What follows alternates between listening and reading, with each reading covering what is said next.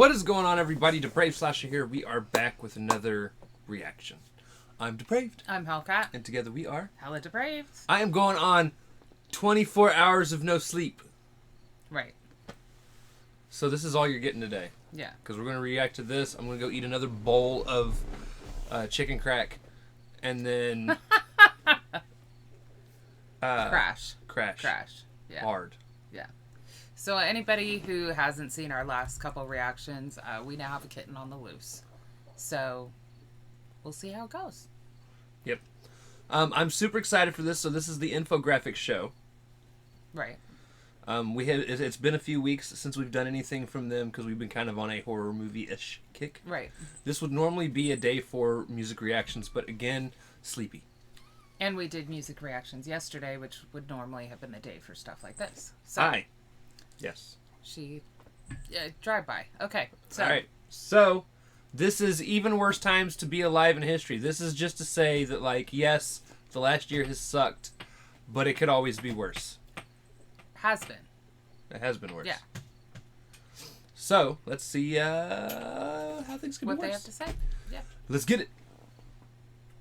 2020 is in the rearview mirror, but many people still shudder when they think about it. But it was far from the most brutal period to live through. Here are some more of the worst times to be alive. It was 1861 and the United States was one of the world's youngest nations, but it was about to be torn in two, as a fierce debate over the southern states' rights to maintain a system of chattel slavery had boiled over. The election of abolitionist President Abraham Lincoln had caused the crisis to reach a boiling point, and before he even took office, a collection of southern states seceded and declared themselves an independent nation, the Confederate States. And after a skirmish at Fort Sumter, war was declared between the United States and its rogue breakaways. But things were about to go from bad to worse. For the first time in the United States, the government instituted a military draft, and so did the Confederate States. Young men were ordered by the government to take up arms and fight for their side, whichever side of the border they were on. That meant that you could wake up one morning and be told that your state had seceded and be ordered to fight against your own countrymen, or even your own family. And if you were an objector to your side's cause, good luck. The penalty for desertion during wartime was death. But not everyone was willing to go. The draft did not go over well with some citizens. In Tennessee, the eastern part opposed the Confederacy and secession was largely done against their will. Things got worse in New York, as a large group of draft-age men, many new immigrants, rioted through the city and targeted black citizens who they blamed for causing the war. The riots caused massive damages, killed over 100 people, and eventually troops had to be sent in by President Lincoln to quell the riots. New York was largely untouched by combat, but not by the Civil War. But for one group, things were just as dangerous as they ever were. The Civil War brought hope to enslaved black Americans, but first they would have to survive. In the years prior to the Civil War, laws were passed making it nearly impossible to escape slavery, even by legally buying freedom. It was common for free black Americans to be kidnapped and taken down south to be enslaved, with the system largely rigged against them. While Abraham Lincoln eventually issued a proclamation freeing all slaves in the South, it would be a dangerous battle to get there. The war would end with a terrible cost. The war would end in 1865 with the surrender of the Confederacy. It would be a long, hard battle to put America back together, and when the dust settled, estimates are of over 1 million dead total. This makes it the deadliest war in U.S. history, because for the first and only time, every death on both sides was American. But it doesn't always take a brutal war to make a terrible time. Sometimes it just... Very true. Now, I want to point out, but what about our rights? So, if you think wearing a mask is against your constitutional right, just be glad it's not 1860 and You're being forced to go fight for a cause you don't even believe in. you're over 12. Because honestly, they were kids. It didn't even matter about the not believing in it. It was like, you know, if the rest of your family lived less than a mile down the road, but that was the border, you were ordered to take up arms against them. Right. So, you know. Things can and have always been worse. And the government still has the ultimate power. Right. Whether you like it or not, and wearing a mask is not against your constitutional rights, really. Although I will say that they said 2020 being behind us, everything's better. Honestly, it hasn't changed much yet. And This came out Right when they thought things were going Okay. to be fully Clearing up. and Okay, got it. We've seen how that went. This takes one man. The year was 1932, and the Soviet Union was ruled over by Joseph Stalin, the second head of the country's communist regime. He was known for being far. We used to play Oh, games hello. every year. I've decided to revive our competition. I don't care.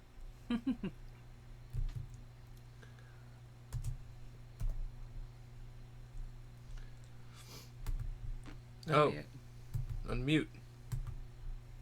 Head of the country's communist regime. He was known for being far more brutal than Vladimir Lenin, and any dissent was cracked down on harshly. That included the rising Ukraine independence movement, which had been building ever since the Russian takeover of the neighboring country. But a far bigger crisis was building. The Soviet Union was a massive territory, ranging from Eastern Europe to the far eastern edge of Asia, and that fast growth was about to lead to disaster. Russia had industrialized quickly, which led to a drop in farming. Additionally, natural disasters had cut down on the harvests. What began as a food shortage developed into a massive famine that hit all of the Soviet Union. This led to millions of deaths, with an estimated 42% of Soviet-occupied Kazakhstan dying in the famine. It also caused serious malnutrition issues in pregnant women, leading to a rash of underweight and sickly babies. It would be a crisis that would define the early days of the Soviet Union. But one place was hit harder than any other. In Ukraine, the famine led to extreme starvation. While urban workers were given rations, peasant communities were starved and died en masse. Food soon ran out, and the city workers began starving as well. Stalin's response? Show them propaganda films depicting the peasant workers as counter-revolutionaries who were stealing food. This led the desperate Ukrainians to start turning on each other, with many being encouraged to turn each other in for the hope of more food, which largely never came. But starvation was only part of the nightmare. Stalin used the crisis to tighten his control over Soviet society, imposing harsh laws that punished any attempts to relieve the hunger. Particularly notorious was the law of spikelets, which policed the collective farms and made it illegal to glean leftover grain from the fields. 200,000 people were arrested for this crime, and Stalin soon targeted landowning peasants and instituted stricter regulations on travel within Soviet territory. The famine lasted 2 terrible years, with as many as 10 million dying across the Soviet Union and over 3 million in Ukraine. That led historians to ask a dark question. The famine in Ukraine in particular would become known as the Holodomor, for to kill by starvation. Many Ukrainians considered it a genocide, as Stalin seemed to use every opportunity to make the crisis worse and treat them as guilty simply for starving. It remains one of the darkest periods in the history of the Soviet Union. But Stalin wasn't the only dictator of the era to transform his society.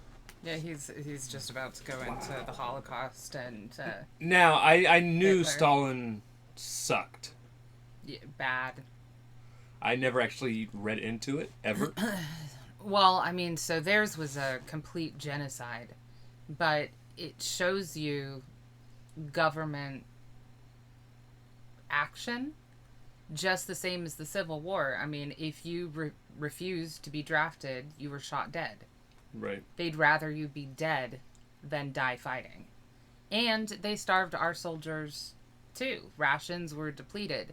I mean, you saw that they imposed military law, so they used it to tighten their nooses, but places that rioted, and Tennessee and New York specifically mentioned here, they instituted military law.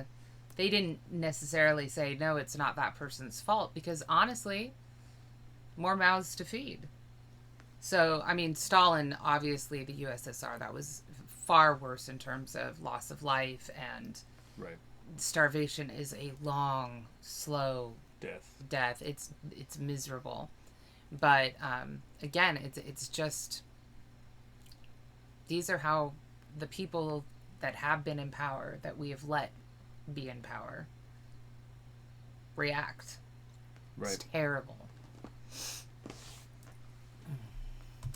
For the worse. It was 1959, and Chairman Mao Zedong ruled over the People's Republic of China. The communist leader had won power in a bloody civil war, and now he aimed to transform society into a modern communist society like the Soviet Union, rather than a traditional agrarian society. He announced the Great Leap Forward, a series of programs designed to collectivize farming. Private ownership of farms was banned. This was accompanied by orders to multiply grain yields far beyond the usual harvest, sending farmers into panic. But the country wasn't ready for this leap. and the consequences were deadly. It led to 3 years of terrible famine, where the inefficient distribution and strict quotas led many crops to be lost. Additionally, Mao ordered the elimination of pest animals including flies, mosquitoes, rats, and sparrows. The little birds were seen as grain parasites, but they also ate a lot of insects, and this campaign actually made the insect problem worse. Mao's attempts to reinvent the economy also led him to ordering millions of Chinese to reverse professions. Farmers were ordered to switch to industrial work, while educated professionals were sent to the countryside to become farmers. It led to a massive loss in productivity.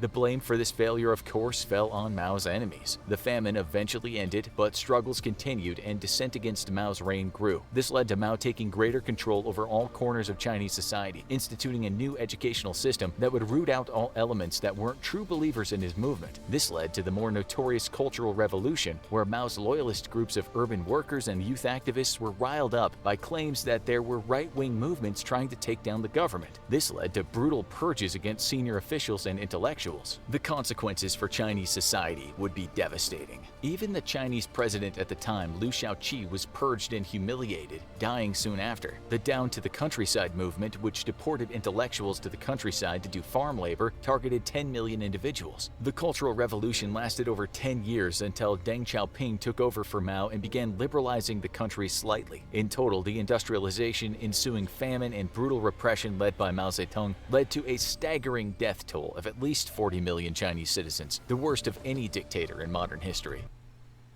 That is nuts. Yeah. And of course he did that because he didn't want anybody educated anywhere close to the inner circle. That's why there was the exchange of jobs. I was gonna say there was something that was said during all of that sounded extremely familiar, and it was cause like right wing to believe left wing was making shit up, or whatever, however you fucking described it. And it's like, I feel like that's kind of where America's at right now. Everyone on both sides is blaming each other for shit. Yeah. And there's like no unity whatsoever. But that's what the government causes. What it does when itself is to blame. And I'm not saying any specific person in our government, because we all know our presidents are just social media faces. I mean, they do a bit more than that, but like, we have a Congress and everything. They're all just as culpable. But yeah, anytime, so you noticed with both of these dictators, it was mentioned that when things didn't go as planned and everything was worsening and honestly it was their fault, they blamed somebody else. That's exactly what's happening right now. Yep. And it leads to a dystopian society where anything that is not believed by the dictator at the time is banned. People are rooted out. People are shot. People are labeled as traitors. People die. And it's always the regular people that suffer. Always. Leave it alone. So it's a travesty of history. This is what humans do to humans. Don't you bite me. This is what humans do to humans. It wouldn't be the only time paranoia and repression brought a society to its knees. The Roman Empire had fallen long ago, but for over 1,000 years afterwards, the Roman Catholic Church would remain the true power in much of Europe. Based in the Vatican and ruled over by a pope who set the doctrine, they were the only power that even kings answered to. From the 12th to the 15th century, they ran a series of courts across Europe for those accused of heresy, with most being given the opportunity to repent to penance. But for repeated and unrepentant defiers of the church power, they faced imprisonment or execution. But in Spain in 1478, things were about to get much worse. Monarchs Ferdinand and Isabella agreed with the goals of the Inquisition, but were unsatisfied with the church's lax enforcement. They wanted to ensure Catholic orthodoxy was enforced, so they created their own version, the infamous Spanish Inquisition, which would be known more for its persecution of religious minorities and harsh tortures of its victims than for chasing heretics. Decrees were issued in 1492 and 1502, ordering all Jews and Muslims to convert to Catholicism or be exiled. But the Spanish Inquisition would be best known for the man who ran it. Tomás de Torquemada was a Dominican friar who became the first appointed Grand Inquisitor of the Spanish Inquisition. He was an obsessive man who was particularly He was an evil man, is what I think you meant to say. Very. I like how they made Isabella saying, we should spice it up. Yeah, it's not that kind of spicy. No.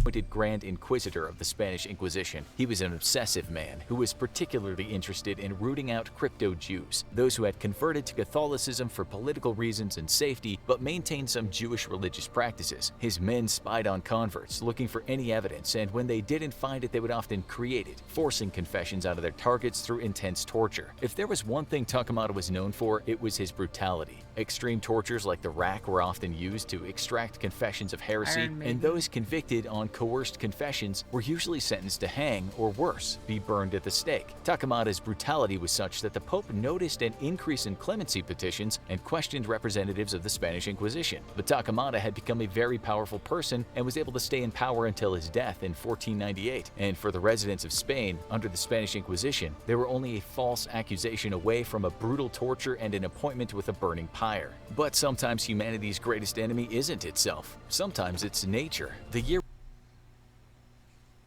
occasionally nature fights back. We are our worst enemy. Like, I don't know what you're talking about. And honestly, we are our worst enemy because we're stupid enough to build close to places where huge natural disasters happen. Humans. Yeah. I like what Dwayne said in his live earlier. He said, our biggest downfall is the fact that we think we're smarter than we really are. Yeah. And we're not. We're No. dumb as a whole. Well, and here's the thing. We're so self-centered in terms of, like, just humanity. Like, oh, we're doing this for humanity. We're doing this for people. Even in our achievements, we're often pillaging and raping our land, our source of food, our source of everything. But we're like, oh no, this is a great achievement for man. And it's like, yeah, okay, now we have no more trees. Right. So we have no more oxygen. So, like, where were you going with this thought process, sir? You know, we just don't care enough about anything else.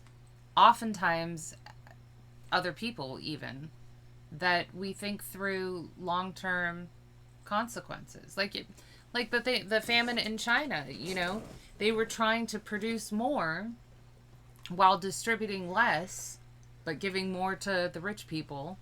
Right. And the land couldn't take it. So they ended up in a 3-year severe famine. I mean, land is supposed to be worked and then let to lie fallow so that it can, you know, get all of its. You stabbed my nipple. Back. Stop it. She's just trying to give you a piercing. So on and so forth. So, you know, it's just, we pay no attention to natural cycles like we should. Right.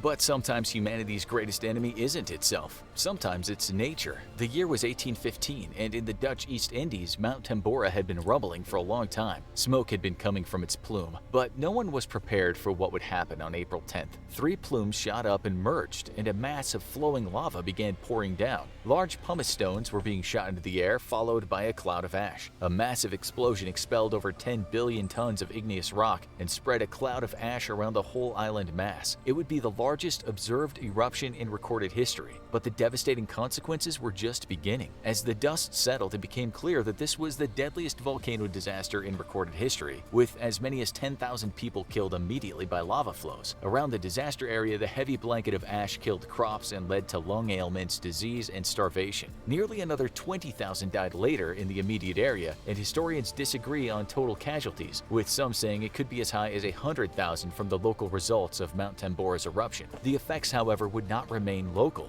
As time went on, it became clear that the eruption had long-term effects not just on the islands, but on the world's climate. The atmosphere had become filled with ash, and this caused a drop in overall temperatures. In Asia, a combination of floods and frost led to a massive famine. Europe's crops had been suffering for a while, and the cold climate led to a failure of wheat, oat, and potato harvests. This led to riots and the worst violence in Europe since the French Revolution. Even in North America, a persistent fog and an oddly red sun plagued the continent, and harsh climates in the north caused crops to fail and prices to rise. The dark period would eventually gain a unique name, the year without a summer. It would be several years before the haze would lift. The extreme temperature swings were common. During summer, it could shift from 95 degrees to 35 and kill crops in only hours. And the world, which was starting to industrialize, came to a harsh realization. No amount of progress can overcome harsh natural conditions. But the worst possible time to be alive was one that no human has ever seen.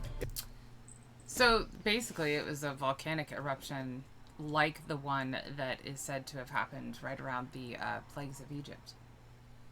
Right. Because it's the same concept. The igneous rock and the ash cause the sun to reflect away from us, which causes, global temperature fluctuations, rising floods, blood red sun. So question. If that is believed to be the scientific starter of... No, if that's believed to be the largest and most devastating recorded volcanic eruption, why do we always hear more of like Krakatoa or Pompeii? Recorded and witnessed, like scientifically is what they're saying. Right, but we never hear about it. I know. Like, I only ever hear, again, anytime somebody brings up volcanic eruptions, it's Krakatoa, Pompeii. Yeah. I don't know.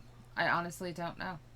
Should be, because it was in more recent history. Whatever state we got that could explode at any St. point. Helens and so on and so forth. No, I mean, honestly, it's one that we should hear more about because it was recent-er history. And with the loss of life, again, they said that it had been rumbling for a while, so it's not like it didn't give a warning. Right. I'm not saying that you can pick up and ship out. I'm not saying that. But there were 10,000 people immediately around a volcano. They lived there. And this is what has happened with people just overpopulating the earth and thinking that we are somehow smarter than everything. Yeah. Oh no, like, we're industrializing, our houses can withstand it. No, they can't. Because what happens when the weather shifts and the ash all kill every crop that you've had, then you're still going to starve. So, yeah. Natural conditions, but the worst possible time to be alive was one that no human has ever seen. It was around 250 million years ago at the tail end of the Permian Age. Before the age of dinosaurs, Earth was filled with diverse life on land and sea. Plants, animals, and vertebrates had created a lush ecosystem full of beauty and terror. The sea was ruled by massive arthropods known as sea scorpions. Large reptiles and even proto-mammals lived on the surface. It was the first age of large animals before the dinosaurs. And then suddenly, almost all of them would be gone. The dinosaurs are believed to have gone extinct due to a meteor strike, though competing theories still exist. But the Permian Extinction actually dwarfs that devastating event in scope, with an estimated 83% of all genera of animals and plants dying off. Not only did most large animals cease to exist, but the effects of this mystery extinction were so bad that it became the only insect mass extinction in the history of Earth. What event nearly led to the end of all life on Earth? The culprit may be the same as the year without a summer. In Siberia, a massive volcanic rock formation known as the Siberian Traps exploded, releasing world-altering amounts of carbon dioxide into the air. The animals and plants of Permian Earth, which have evolved to exist in a specific climate, found the world itself suddenly unsuitable for their existence, and they couldn't breathe the air. The oceans were depleted of oxygen and became intolerably acidic, and so began the Great Dying. The only evidence of many of the species that went extinct are fossils, many in imprints rather than solid bones. The ecosystem of Earth took millions of years to recover, and the Triassic era began, and with it came the dinosaurs, the new kings of the Earth, until their end came. The Permian Extinction casts in stark relief just how fragile life on Earth is. It's the closest Earth ever came to becoming inhospitable to life, making it the worst possible time to be alive. Want to learn more about Earth's darkest days? Check out what was the worst time to be alive in history, or watch this video instead. Interesting. That sign is still up. Like, people think aliens are gonna come invade. No, the fuck they're not. We wouldn't be worth the fucking trouble. Yeah, no, they're like, have you seen how many times everything's been eradicated? That shit. Yeah, again, they think the plagues of Egypt in the Bible were caused by a volcanic eruption quite a ways away. So right. It doesn't surprise me that volcanic eruptions have... Again, it's the cycle of life and death, and it is and always will be that way. So, honestly, to think that, honestly, the one thing I can say about nature is it is very consistent in that when it's done, it's done. It's going to hit the reset button. Yeah. And try again. Right. It's going to unplug that motherfucker, shake it up, throw it in the wall, and then, set it all up with brand new shiny parts. In a couple 100,000 years from now, people will come through. Yeah. Dig up the fossilized remains of our homes. Who knows? Because plenty of those eras you heard, like 82% complete extinction. And then, of course, dinosaurs. Like, there wasn't total insect or ocean life extinction then. No, the roaches still lived. Fuckers. Of course. But, when nature hits a reset, who knows? There might not be people to dig up.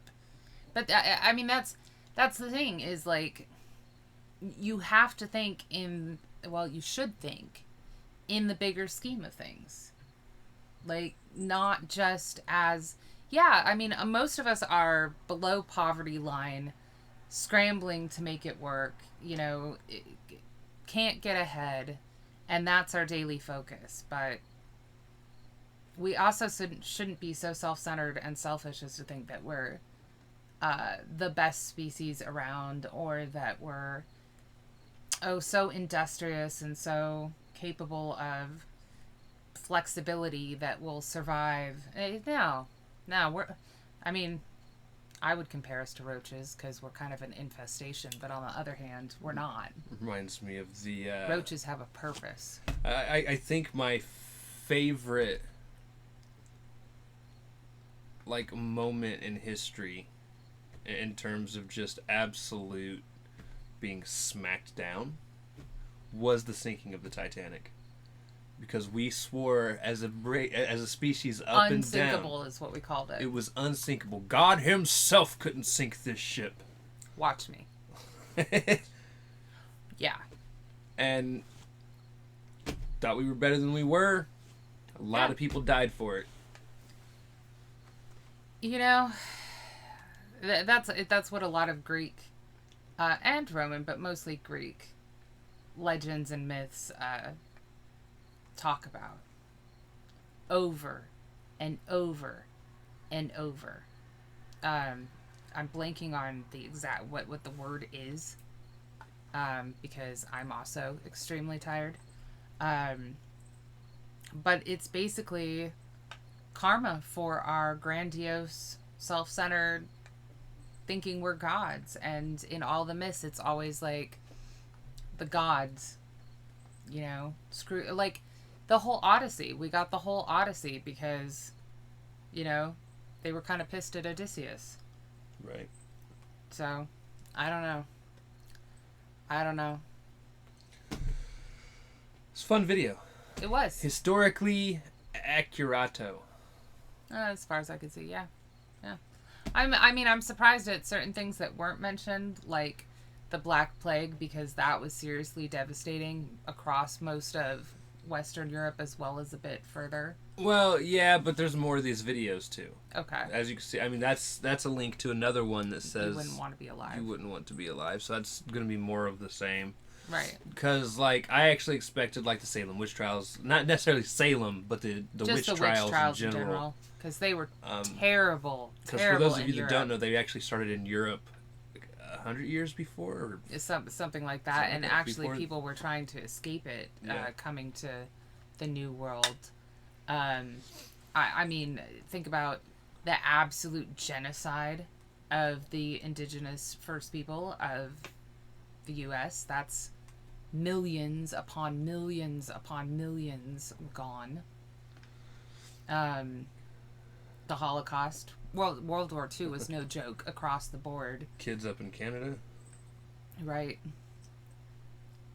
So, I mean, but I think all of this goes to show, like, seriously, being asked to wear masks, and granted, you know, there's a bit more going on now, but it's really not that bad. Being asked to stay home or to limit socialization, you know, being asked to wear masks, certainly better than a draft. Right. And you wouldn't get any sort of like, it's against my religion, it's against my beliefs. Nah, wouldn't matter. Nope. So, yeah. Anyway. Yep. All right, guys. I'm going to go feed him more chicken crack, I think he called it. More. Right. All right, so with that being said, if you guys liked the video, slash that like button, subscribe, ring the bell for notifications, comment down below what did you think of the Infographics Show with even worse time to be alive in history. Also, comment down below if there's anything else you guys want to see reacted to. Check the description below for all the things. Push our buttons. Come join us on our other social media platforms, mostly Twitter if you want a quicker response. With that being said, we love you guys. Thank you all for watching. Cannot wait to see you depraved people later.